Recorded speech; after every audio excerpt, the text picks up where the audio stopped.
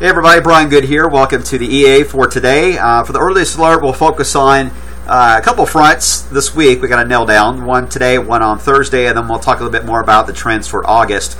But before we get into that, and you're going to hear me talk a little bit more about this on a daily basis now. In fact, you've had to listen to me talk about it for 5 years. But now we're into the home stretch of Kentucky's darkest day, the total solar eclipse. That'll be taking place on August the 21st, and every day we're going to give away these little facts, these little clips notes, if you will, on our different newscasts. The one this morning that I used, interesting one, 4,000 years ago, Chinese astronomers were executed because they failed to predict an eclipse for the emperor.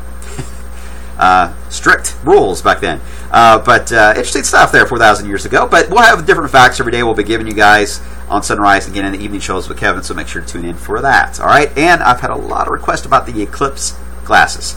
Keep in mind, we have a limited supply of these, and we're going to be giving the bulk of it away at the Kentucky State Fair. Our Wave 3 News Day at the fair is Saturday the 19th of August. We'll be at the South Wing. I wish I could give out some before we get there because I'm getting tons of emails wanting some. I get that. But we wouldn't have any left for the fair, and we've got to focus on the fair. So try to plan accordingly to be at the South Wing and get those glasses. All right, we have several, but again, a limited supply. So hopefully everybody will get a pair when you come out on that day. Just kind of a heads up there. Weather-wise, okay, this morning we've had some fog around E-Town. Otherwise, you got eye-level clouds, a lot of cirrus clouds out for a kind of a hazy sky. The front itself, there's actually two boundaries. The wind shift is located basically along 64. We're noticing that now with the west wind here in Louisville. And then there's more of a moisture boundary across central Indiana. These two areas will act as somewhat of a trigger for this afternoon to promote some spotty downpours. The high-res models are somewhat picking up on the idea of the two areas. They just vary a bit on location, as to be expected with models like this. The HERD model is aiming toward this afternoon, 2 or 3 o'clock. Starting to see them pop one to that boundary to the north of us, closer to Jackson County perhaps. I know they got the fair today up there in Indiana. We'll monitor that, keep it on the Wave 3 News weather app as well. And then activity mainly along or just south of 64 in central Kentucky. Anything that does pop, though, will fade out as we head into sunset. Since they're feeding on the sun's energy, once the sun goes down, they fade off the radar altogether. Now, the RPM model, it's got the idea of the moisture boundary activity to the north and then the front itself along 64, but it's trying to develop them along 64. And I think the RPM may be a little more accurate from what I've seen so far than the HERD model. But either way, activity is not going to last very long, and it will be spotty. I just want to point it out because some of you may get lucky and get a downpour. Nothing like what we saw Saturday night and Sunday, by the way. Now, the interesting thing about tomorrow is the drier air is punching in with that moisture boundary to our north in Indiana. So we'll have a decent day tomorrow. But notice how the western edge begins to lift back up again at the front. This is still somewhat of a cold front down to the sea, but this part becomes a warm front, begins to lift back to the north. That warm front will move in Wednesday and Thursday and will be our next weather maker eventually, but it's going to set the stage for us getting back into the 90s by Wednesday and possibly into Thursday. The issue with Thursday is the timing of this cold front. It's a fairly strong front. Really, I should say it's a fairly strong high pressure, and the front is leading edge of it.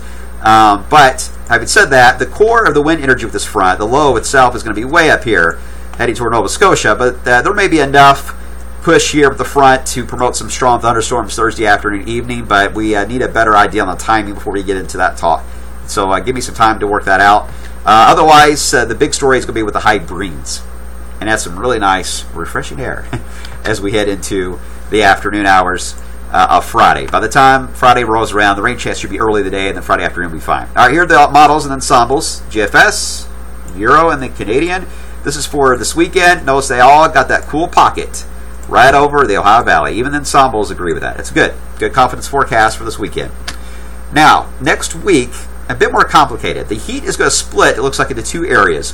One will focus into the southern Rockies, the desert areas, and one may focus across the eastern side of the United States and the western Atlantic. That's the Bermuda High. The split is because we may have an area of low pressure that may stall out in our neck of the woods, and we have another front moving in as well. So an active week, perhaps, as we head into the first week of August with showers and thunderstorms rolling through, that will keep the Bermuda High at bay, because if we didn't have the active thunderstorm action in the game plan, the Bermuda High would have a much better chance of dominating the weather here in Ohio Valley, and it would turn quite hot again.